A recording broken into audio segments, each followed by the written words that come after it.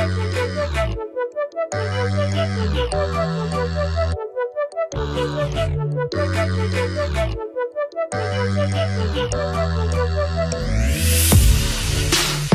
hey guys, welcome back to the channel. Today is actually going to be a really sad video, but I don't want anybody to feel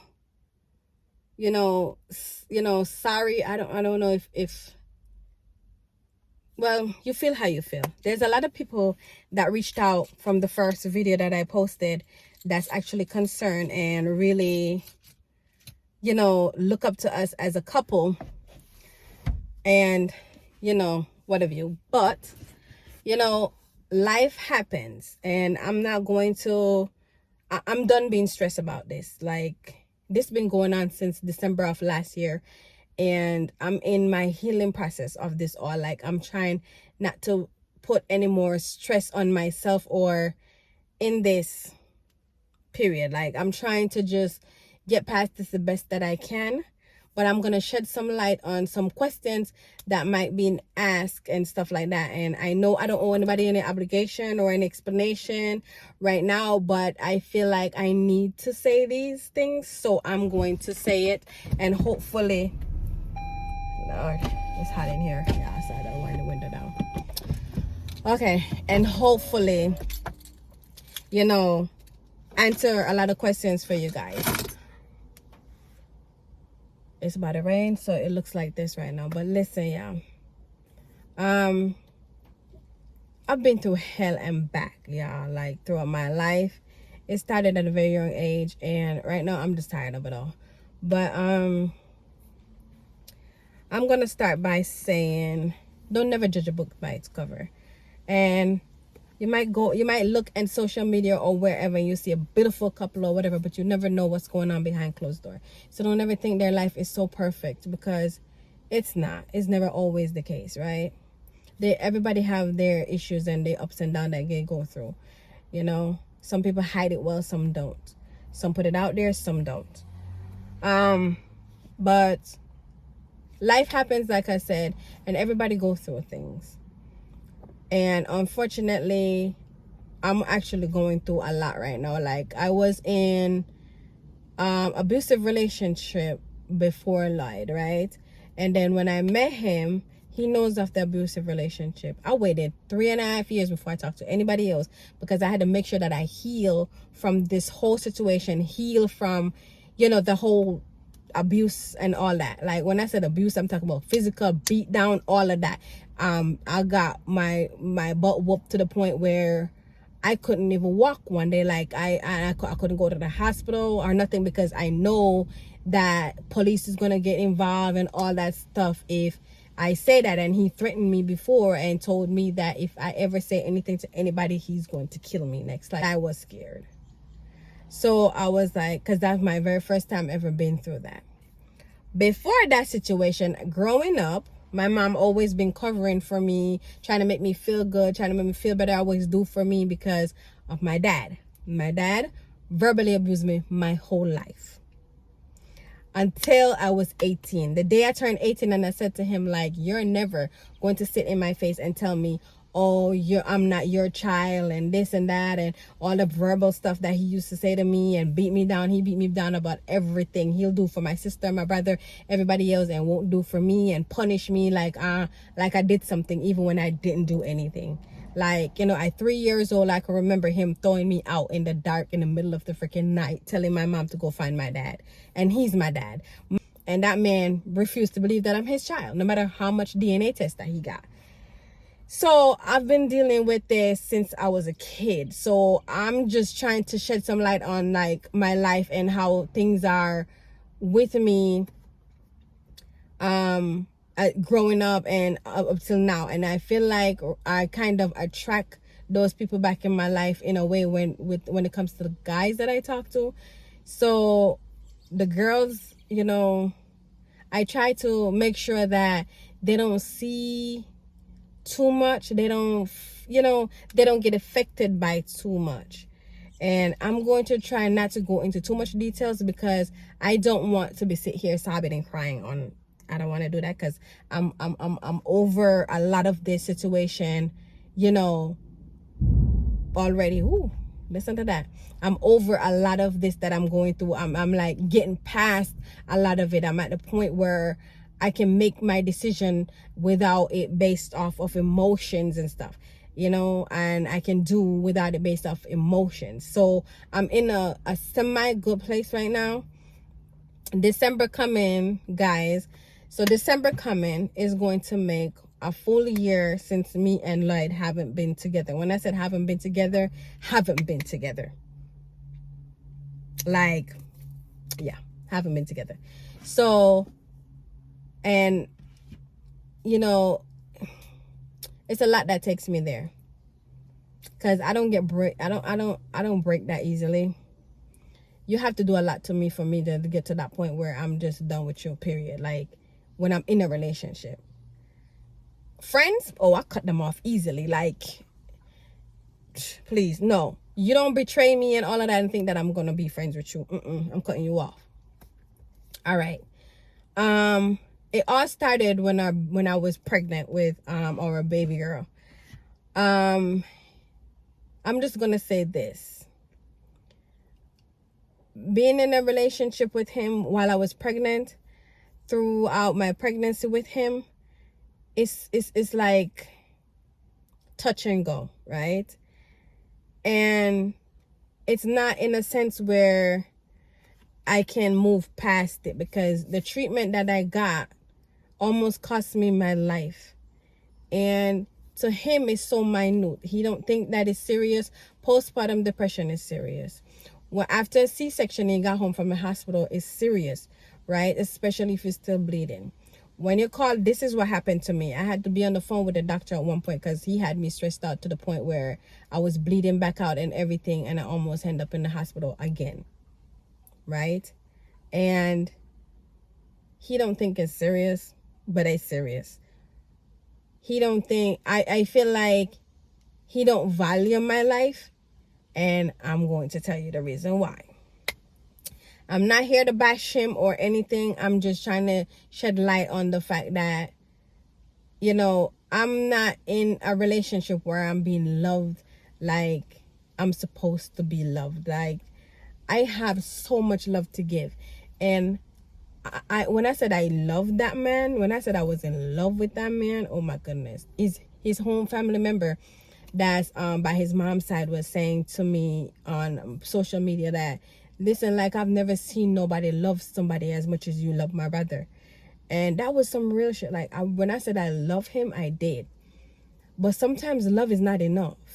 You know, sometimes you're in a relationship in a state where love is not enough. And I never knew that shit until I actually experienced it myself. And I'm like, yo, I'm in this relationship for 4 years with this man now. After, and I said 4 years because I'm counting from the time when I was pregnant all the way until now. 4 years of feeling like my life is not worth anything, feeling like degraded, feeling just it's just a lot. I had a brain surgery that I had to prep him for, like how to treat me right and whatever through the surgery. You shouldn't have to prep anybody to care for you, right? When you care for somebody, you care for somebody. When you love them, their care is going to show, right? And I had to prep him for that. And because he had to record a lot of it for you guys, in the beginning part of it, I did get a good treatment from him, where he, you know, make sure that I eat and check on me and stuff like that. But then after a while, it was just neglect, total neglect. Mind you, I just did a brain surgery. All right. I did a biopsy on my stomach in February. I believe it's in February. And I came home, and out of the blue, he went to take one of the twins to her after school program. She do hip hop dancing, so he took her to the hip hop dancing and come home, and it's like a switch just flipped on in his head when he walked to the door, and he just started treating me anyhow. Like, he just started doing shit, like things that you don't when a person is going through something, they can't eat, they can't sleep, and they finally doze off and start sleeping, you don't go irritating them. And even if you accidentally go there and irritates them, you apologize and you walk away, right? That when you care, you apologize and you walk away. No. He turned up the pressure. He turned up the heat. He cussing me out. He arguing with me to the point where I have to just leave downstairs and go upstairs. I was upstairs crying. I was in so much pain. I couldn't eat for like 3 days. It was just so much going on. And I'm like, he put me through more shit on top of it. It's just, it's so much more but I don't want to like go into deep details about anything else right now. So what I'm going to say is this. I'm at the point right now where I watch to see how much he loves me, or if he loved me at all. And what I see is this. And I'm not even gonna lie. I feel sick inside. Like I cried for nights, just knowing this from me seeing it, right? And like I feel like I want to cry right now just talking about it. Like, listen, yeah. So I observe and I watch, right? And what I realize is this. Oh my God, like I want to cry right now, but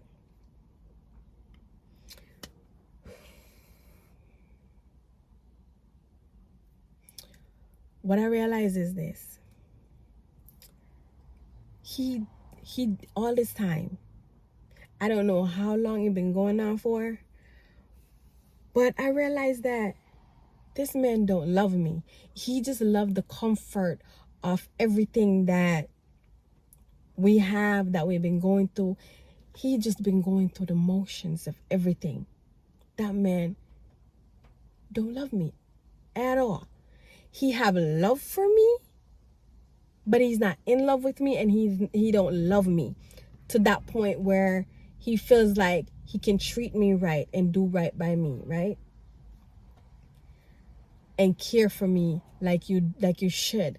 Like when a person love a person, they care for them. They and it's natural. Nothing for him when it comes to me, when I'm going through anything, is natural. It's like I feel like I can't be vulnerable, and I always have to be at my best peak and everything. Like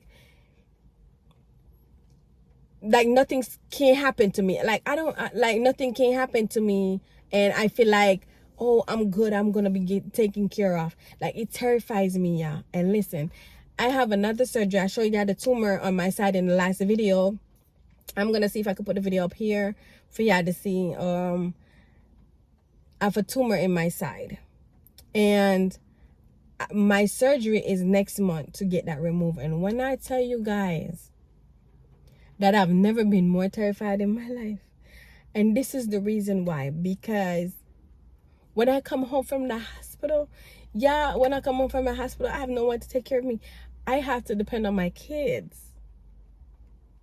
I'm gonna have to depend on my kids to take care of me, because I'm so scared of how he's going to treat me. And sometimes in life you go through certain things and a person will put you through so much, but it only takes that one to end it off for you. It only takes that one. Listen, we have one life to live, and I just want to live mine. I just want to live mine to the best of my ability.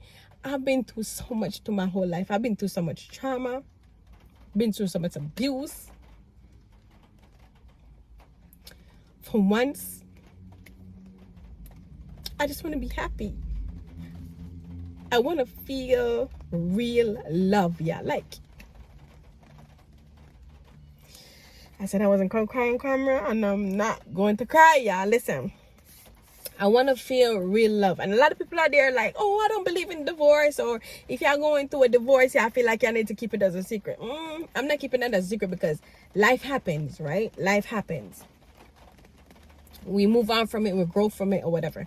Life happens. But I haven't felt love, like real love, like when a person love you unconditionally. Like I haven't felt that in my whole life from a man, because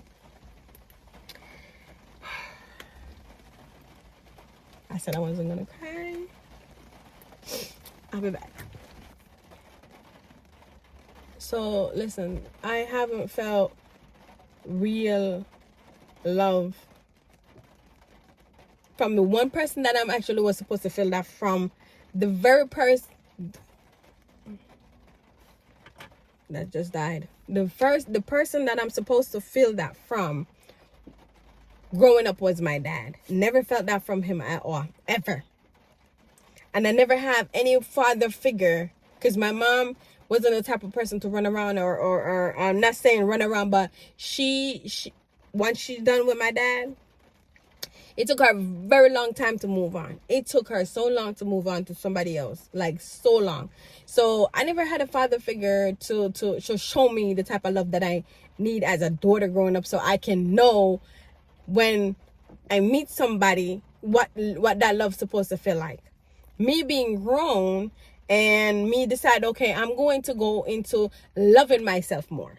I want to love myself more. I want to appreciate all my flaws. I want to appreciate the being of myself. Like, listen, I went through so much in my life as far as health risking things and, you know, things that could cause me my life, to the point where I'm like, I need to feel like I matter to myself, and I need to love myself more. And maybe if I love myself more, I will know when I see a person, when a person tell me they love me, I'll be able to feel or see it from early, like whether or not they're telling me the truth or if they actually love me for real, you know.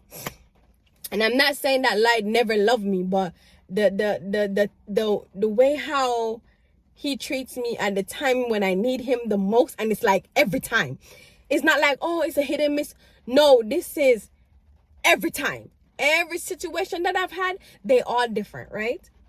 Having the baby, coming home, I had a C-section, the brain surgery, and I forgot to tell you, I had a brain surgery. I removed that tumor back in 2014 before I met Light. And it grew back in 2016. I met Light in 2015. You know, it ended 2014. I met him in 2014. I'm lying. Yep. So I met him in 2014. The tumor grew back in 2016. I met Light right after I had removed that tumor the first time. And then here I go removing it again. And then here I go, more stuff. More stuff. So I got another tumor. It's benign. They say it's not cancerous. I got to remove that one because it's getting bigger and it's like poking out on my side where you can see it sticking out. And I don't want it to turn into anything else. So I would just rather risk just doing the surgery and getting it taken out. But the surgery is like this, like they might have to be cutting through some muscles. So my healing process, oh my God, it's going to be so rough. Like, I wish I had somebody that I can just get on the plane or somewhere and just go be with them so they can take care of me through it all. Just take care of me so I don't have to be here and just bring my kids. But unfortunately, I don't have that type of money to spend to do all that right now. So I'm just gonna have to do what I gotta do. My mom is going through enough already. She can't even, you know, fly here, because normally she'd just fly here and help me out, and she can't even do that right now. She can't even do that. And she's in a situation where, you know, I wish it was a little different, because at first it was different, and I wish I would, you know, was able to just go to her and just stay there and get taken care of. But I'm going to have to battle this one out alone. And I sit down and I talk to my oldest girls and I beg them and I ask them, like, please, just make sure that I'm okay, and make sure I take my medicine when I come home. I'm going to be from anesthesia, so I'm going to be sleeping a lot. Just make sure I take my medication on time so I don't be waking up in pain and agony and all of that stuff. Just you know. And they said they got me. They said they got me. And they sit there in their weakness and they see how I'm treated every time I come home from the hospital for whatever reason. Like, nobody want to go to the hospital and go through stuff. Nobody want to go through that. That's hard in itself, right? And I've been through it too many times for one human being. God bless the people that actually have to do this on a regular because of whatever situation. I pray that it don't continue for them, because it's not an easy thing when you constantly have something you gotta go get put to sleep to remove. You gotta go get put to sleep to remove a tumor out of here, out of there, out of here. I have ovarian cysts. They wanted to take out my whole ovaries because they're so big. And once I think in 2013, they flipped my ovary. It flipped over with it, like spin, like kind of flipped over. And I don't even know how it flipped itself back over because the cyst on my ovary is so huge. I don't know. Right now, I think it's shrunk, because the last exam that I did, they told me like it shrank. It was the size of a grapefruit at first. So my stomach was like always looking like I'm pregnant. And then sometimes I'll feel like, like when I make certain moves or whatever, I can feel like a little pain or whatever from the stress, from, the weight or whatever. But I haven't felt that in years. And the last time I checked, like I said, it was really small. So I'm like praying to God that it's still small. And that's one of the things why I couldn't get pregnant, because me and Lloyd, we was trying to have a baby. We was trying to have Lamija. Well, not Lamija. I don't know if she was going to be Lamija. But we was trying to get pregnant for about 2.5 years or so before it actually happened. And it happened because I had to send for herbal medication all the way in Trinidad and Tobago. And when I sent for the herbal medication, I started taking it, boom. I started taking it January, February, I was pregnant. Like, that's how good it works. And I'm like, yo, I can't believe, like, a complete clean out, detox. Like, my whole body, nerves that wasn't working and connecting and working. So it happens. And at that time, I had the tumor in my head. So the tumor was going to play a big part in my pregnancy at this point, because I said I was going to remove it first and then, do the process of the pregnancy, because the doctor was telling me that it's not too far from pushing on my brain. And when you're pregnant, your pituitary works to help your hormones in your body do what it's supposed to do.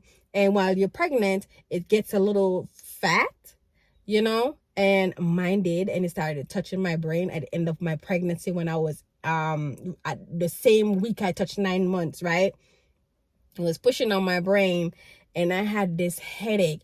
When I tell you migraine don't have nothing on that headache, I felt like I was about to die. And it was so bad that I was like, I don't care what happened to me, as long as my baby is okay. Like, I was okay with dying.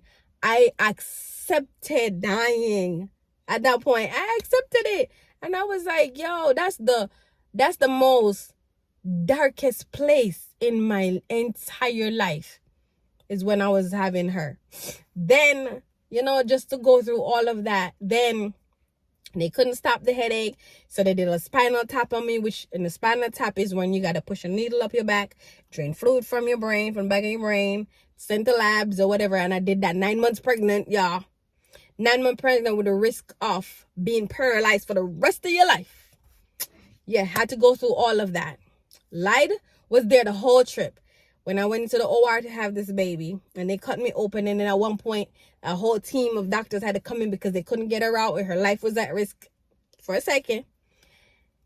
And everything was okay. They got her out because she was coming that way, but I can't have baby vaginally because my cervix is too small. Down there is too small to push out a baby. Because I'm a little person, yeah. I'm only 5'1", and I don't even think I'm 5'1" exactly. I think I'm like 5 feet under 1 something or whatever. But I feel like I'm all over the place right now, because I'm trying to just give you a general idea of like the things that I'm going through and fighting through, because a lot of people have been reaching out to me, and I realize that there's a lot of people out there that's actually going through similar situations, that's so scared to talk to somebody, and so scared to go through it because of what other people might think, or what social media is letting life supposed to look like, or what love's supposed to be like, and what woman's supposed to be like, and what man's supposed to be like, and whatever. You cannot let social media or anybody else dictate your life. What's happiness to you is happiness to you. What's love to you is love to you. Don't let anybody else tell you any different. Don't let anybody else tell you any different. Don't let anybody else make you feel like you can't live. Live your best life. Because listen, y'all, I'm learning this the hard way. The thing is with me, I love too hard. So when I love so hard, it takes me forever to get out of the situation, even when I know it's not going to go anywhere. And I know the situation is not going to change. So live the life that you know how to live, and live your best life. Live your best life. Treat you good first before you expect anybody else to treat you good. Because if you treat yourself like shit, how you expect anybody else to treat you? Like, love yourself, love on yourself. And I swear to you, ever since I started to pray more and love on myself more, I realized like everything just revealed to me. Like everything was just revealed to me.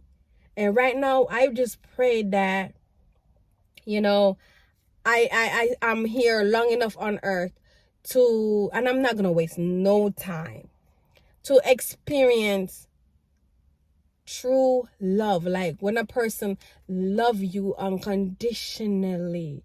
Like I'm yearning for that. Like my next birth, I just want to feel what it feels like to, you know, love, to be loved unconditionally. Because I love unconditionally. When I say I love a person, I love them despite anything.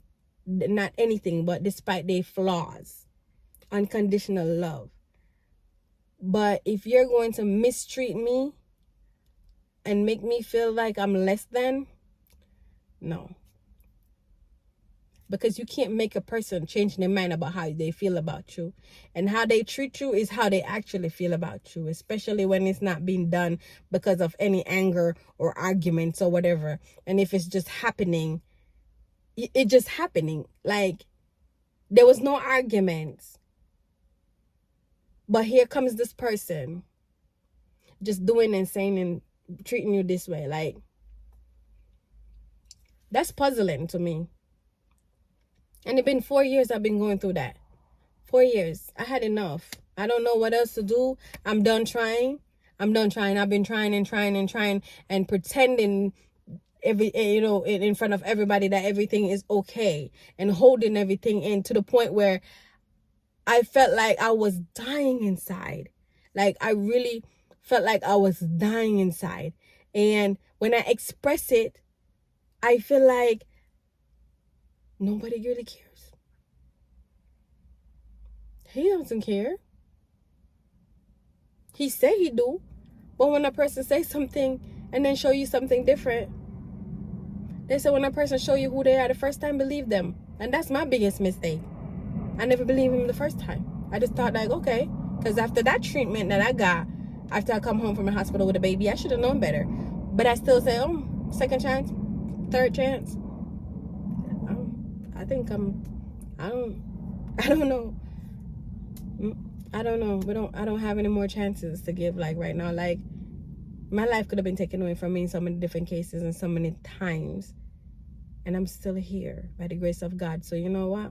I'm not wasting any more time on anybody else who don't think that my time is even worth it, or think that my life is worth it.